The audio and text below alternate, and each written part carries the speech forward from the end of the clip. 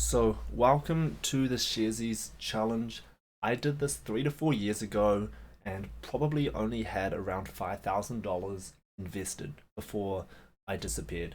And I'm back and I'm gonna go through my portfolio and what I've learned over the last 5 years. Very briefly, I did a video on that previously. But I'm gonna be focusing on how much I've invested, what my returns are, and where have I invested it. And I'll finish off just saying what I've learned over the last 5 years. So, the long and the short is this. Currently, my portfolio sits at $33,312, and I am down 10.9%, which means my total returns, if I were to cash out, would be negative 4,100. So, how much did I actually put in? We're looking at around $38,000. I'm down 4 grand. And I'm okay with that. For me, a lot of that money might not even be there if I didn't have the habits that I had in place. It could have been chucked away on food. So for me, it's good learning. Now, ideally, I wish it was up, but the knowledge that I have learned from just investing in the last 5 years and through COVID and the pandemic is very valuable. So, the long and the short is I'm down $4,000. Let's get to what I have actually invested into. So, I've invested into Apple and that's doing okay. It's up 5%. I have 1.5 grand in there and that is US dollars. So, probably around, 2,200 NZ dollars. I've got Champion Iron, which is on the Australian exchange, and we're looking at $1,834 for that one, and I'm up 29.89 per. So I've with my portfolio, I've diversified into all these different companies, and some have gone up, a lot of them have gone down, and I'm just going to read through it and then tell you kind of my plan going forward for this year. Chorus, New Zealand company, and that is down almost 1%. Coles, that is down 4%. Costco on the American Stock Exchange, we're looking at $488. I'm up 16%. Goodman Group on the Australian Exchange, up 10%, quite nice on that one. Home Depot, I'm looking almost around 1600 and I'm up 17%.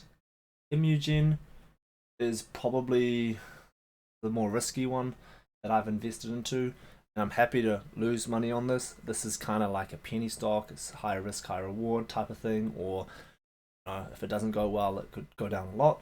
But hey, I've done that, and that's my decision. But generally, I'm staying away from that.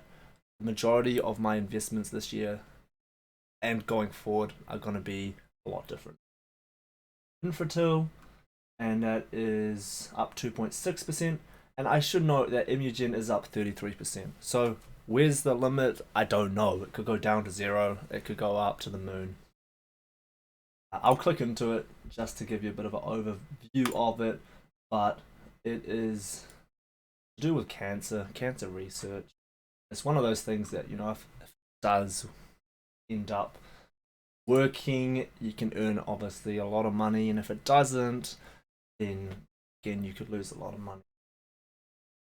So Kingsgate Consolidated, looking around 1588, invested down 3%. Kiwi Property Group down 1.95%. Corab down 80%. Mainfreight up 1.65%. Pacific Edge down 84%. At one time, obviously, it had a nice climb and now it's declined. So if you got it before, 2020, then it would have been a nice increase. But otherwise, I've got it on the bad end, which is down 84%. PaySource down 16%, Porta Tauranga down 17%, Ryman Healthcare down 56%, Smartshares Australian Property down 10%, Smartshares Top 20 up 9%, Taiwan Semiconductor up 2.64%, TrueScreen down 60%. Again, another cancer type of company, cancer research company. Vanguard 500 Index Fund up 5.71%, Vital Healthcare Property Trust down 10%, Woodside down 9%, Woolworths down 2.7%. So it's looking quite sad, it's looking quite depressing. The main thing going forward this year is how I'm going to approach this year. And historically, the S&P 500 has, from what I can see and from the research I read, it's always gone up around 7 or 8% per year. And I've come to the realization for me and for my investing that I want to allocate 70% of my investments to the S&P 500. And the reason for that is in the long run, 20, 30 years down the track, that for what I want in my investing is going to be the best outcome for myself. I want long term. I don't want to worry about anything, recessions, obviously all that emotion, pandemics. I just want something that I can put money into that's diversified, and I just let the dividend compound. So for this year, I'm going to be hitting the Vanguard 500. I'm not going to be hitting it on Sharesies. I'm actually going to be hitting it on InvestMe, which is a broker in New Zealand, because the reason I want to do that is because of the fees. Sharesies has fees for buying and selling stocks. I have one of the subscriptions. I think it's currently a $7 one. I'm going to put it back down to the $3 one. And I'm going to use InvestMe, which has no actual fees for like Smartshares S&P 500. So I will give you a quick looky and show you what I mean in my plan.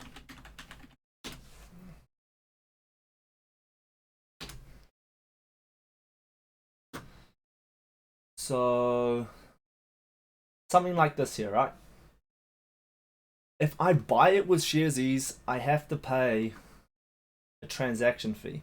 I don't want to pay that transaction fee. InvestMe, there's no transaction fee with this type of investing, which is investing into an ETF. Now, with InvestMe, I can't invest into hand-picked stocks, so Sharesies is the better option for me. But with InvestMe, for investing into the S&P 500, which I will do a video soon on how I'm going to do that and proceed with that, it makes a lot more sense to me. So I want to show you how I'm actually proceeding into 2024. So the majority of my investment is going to be in the S&P 500, something like the Smartshares US 500 ETF. So I won't be investing on the actual Vanguard one, because when I get above $50,000, the tax side of things gets a bit icky. So I'd rather use Smartshares for that. Just makes it simpler for me, and I want my life to be simple.